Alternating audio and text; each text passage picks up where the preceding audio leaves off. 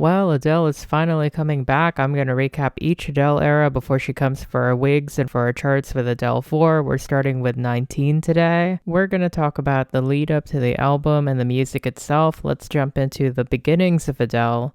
19 dropped on January 28, 2008 in the UK and was later released stateside in June of 2008. Adele Atkins was essentially a no-one making a name for herself through MySpace in 2006 when her label XL Recordings found her. She'd go on to work with producer Jim Abbas, who would go on to produce much of this record. Adele has always been an interesting case when it comes to stardom. She went to school with Leona Lewis and Jessie J at the Brit School, a prestigious academy for performing arts and technology. Her initial aim was going into A&R, which is essentially talent scouting and artist development, but ironically enough, she found herself on the other side of the process. For everyone today, it seems rather inevitable that Adele would end up becoming a house name, but she had a really rocky start. Her debut single, Hometown Glory, released in October 2007, had failed to chart. And while the album itself had debuted at number 1 in the UK, it only hit 67 in its debut in the States. Her tour for the record, An Evening with Adele, was really focused on making her a big stateside name, but there were numerous cancellations due to a strained relationship with her ex-boyfriend at the time, and she was starting to make less and less noise. October 2008 would prove to be a pivotal time in Adele's career, and with it came an appearance on SNL with then VP candidate Sarah Palin. 17 million viewers tuned in that night. By the next morning, 19 had topped the iTunes charts, and the album itself had climbed to 11 on the Billboard Hot 200. People were starting to pay attention to her, and this factored strongly into the upcoming award season. Adele was nominated for Best New Artist, while Chasing Pavements got nominations for Record and Song of the Year and Best Female Pop Vocal Performance. She would take home Best New Artist and Best Pop Female Vocal. She also was nominated for the Mercury Prize for the album itself and took home the Brit Awards Critic Choice Awards before even dropping the album. The British press was so quick to coronate her as the new Amy Winehouse that comparisons between the two actually led to 19 getting some relatively weak critical reception upon its release, though most of the reviews, even the harsher ones, admitted that she had potential. Regardless, 19 would go on to sell 6.5 million records and remains one of the most successful debut records to date. It would ultimately go on to serve as a strong setup for one of the most successful artists in the modern times, and 21, which we'll talk about very soon.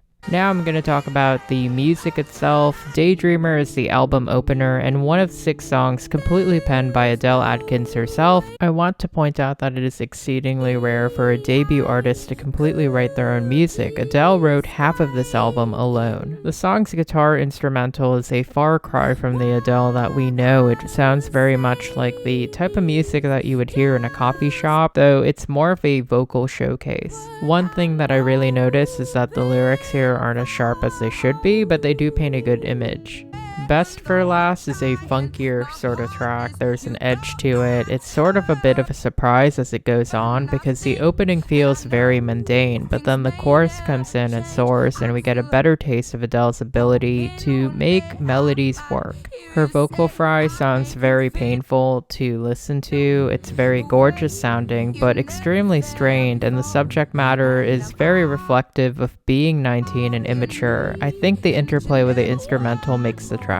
Chasing Pavements, this one is the most well-formed song of the record, and it feels like what would become her trademark sound. It's based around a very real-life incident, so it feels extremely real. She claims that the song is about punching her boyfriend in the face after finding out that he had cheated on her. The production is extremely classic and lush. This one definitely deserved all the praise that it got. The vocals on here are rendered extremely powerfully, and I had the pleasure of hearing her sing this live on her 2016 tour. Cold Shoulder is a Mark Ronson produced track. It's extremely eccentric. The percussion at the beginning is such an earworm. The song is really just about being in love with someone that you know is in love with someone else. The instrumental is truly the star here, but Adele's vocals just glide on this track. The bridge definitely hints at how cinematic her voice can sound. Crazy For You is an underrated track because the guitars just take me out. I associate her so strongly with piano and strings, so lyrically it's a very elegant song, but we're really just here for the vocals. The chorus when she sings Crazy For You just gives me chills every time I hear it. Lyrically speaking, I'm not really a fan of the song. She definitely needed some help with writing the song. It's not her strongest one, but it does definitely tread the ground of being a teenager head over heels with the idea of love itself very well. Melt My Heart to Stone is a very solid track. The vocal layering makes it a compelling listen, but the chorus can be a little bit painful to listen to. The heartbreak and emotion is so present that it cuts too deep. I actually really liked the way that the bridge was going to change up the melody in a way that I almost wanted a song that sounded more like that. I generally like the way that the abrupt ending sort of carries the theming to full circle as the instrumental leaves us hanging. First Love is so different. Just the instrumentation alone is immaculate, simple, and underscores how juvenile this moment in her life was. First loves tend to be extremely juvenile and lack the maturity of a proper relationship, so she knows that this affair is overdue. She needs to close it out and move on to be happy. It's a unique track in her discography because I can't find one like this. Right as Rain sounds like a musical number, and it's the one that really feels the most British of all the tracks. I really enjoyed this track the most when I was first listening to this record a long time ago. It's a really clean and simple track, though I can definitely see the Amy Winehouse comparisons pour in. It's a really nice track about the pain of a relationship that doesn't seem to be giving you what you want in return, juxtaposed with the fact that she enjoys the fact she doesn't get anything out of it. Because we all know that things that go just too right aren't definitely worth it. Make You Feel My Love is probably my favorite track off this entire record, and it's a cover of a classic Bob Dylan cut. Very rarely do covers really go out of their way to make this feel like an original song almost. But Adele manages to really just make it her own. I remember being at her concert and hearing her sing this live, and we flooded the stadium with all these lights on our phones, and it felt like a classic moment. The simple arrangement and her voice just works so well. I will say though that this track unfortunately reminds me that she hasn't quite come into her own on this record and that her voice mainly carries her. But boy, that is the voice of a generation there. My Same is an older track of hers and it definitely shows. The verse work is a little bit clunky, but it works in the context of the beat. Her writing is really grounded in simplicity and the literal versus the more abstract. Regardless, she really knows how to tame a rhythm and make it work for her. I like the vocal showcase in the middle of the song. The production sounds very timeless, and the storytelling aspect where she contrasts her and her man really works. Tired is such an odd song because this is the first song that she really just lets the production take over and she never quite fights it with her voice. Maybe to tie into the theming of the song. Like she's just so tired she's not even going to try to outsing the mellow bass line and the production. The lyricism of this track definitely veers on extremely simple. It feels more poppy than her other tracks because she tends to rely on repetition here. There's a flourish towards the end that really makes the last chorus stand out. The album closer, Hometown Glory, is Adele's first ever penned song, and it's about how her mom convinced her to leave behind the place that she'd grown up in to go to university.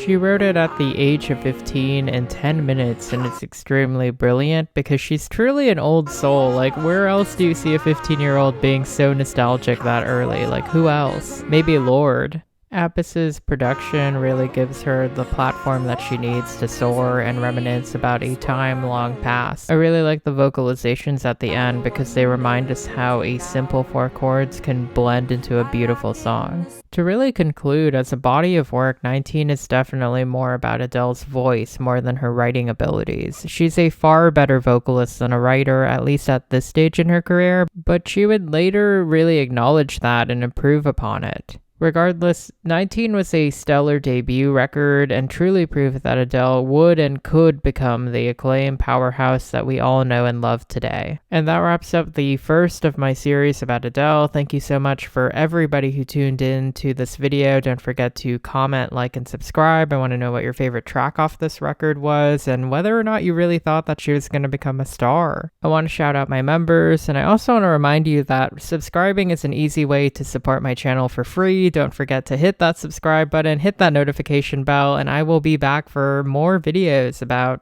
anything.